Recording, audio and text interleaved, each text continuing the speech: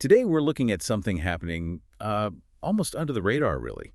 A quiet change in how the UK's Department for Work and Pensions looks at pensioners who own their homes. That's right. It's not making headlines, but it's impacting potentially tens of thousands. People who thought, I've paid off the mortgage, that's it.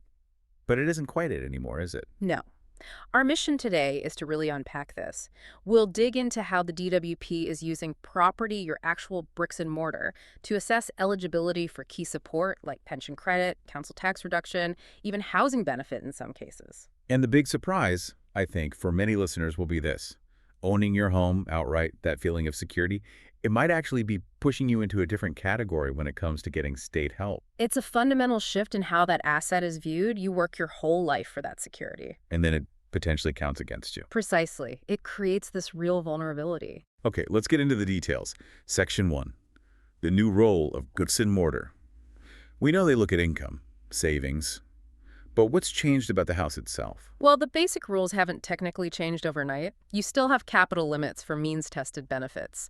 For pension credit, for instance, that key figure is £10,000 in savings or capital. Right, and anything over that reduces your benefit, the tariff income rule. Exactly. £1 reduction for every £500 or part of £500 over the £10 K limit.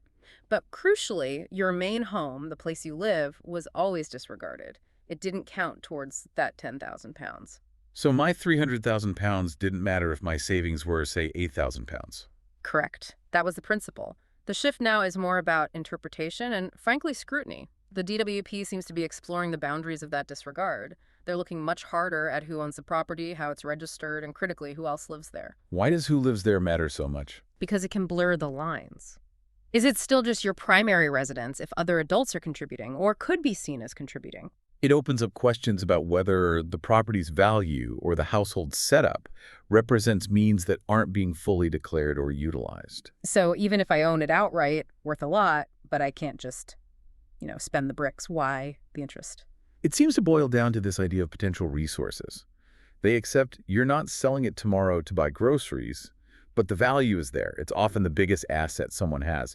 And there appears to be an internal pressure, maybe driven by budget constraints, to view that massive asset value as something that could be accessed maybe through equity release or downsizing before the state steps in with full support.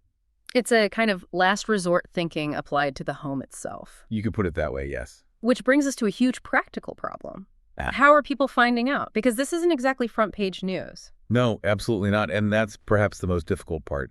The communication is, well, often non-existent or incredibly vague. So you don't get a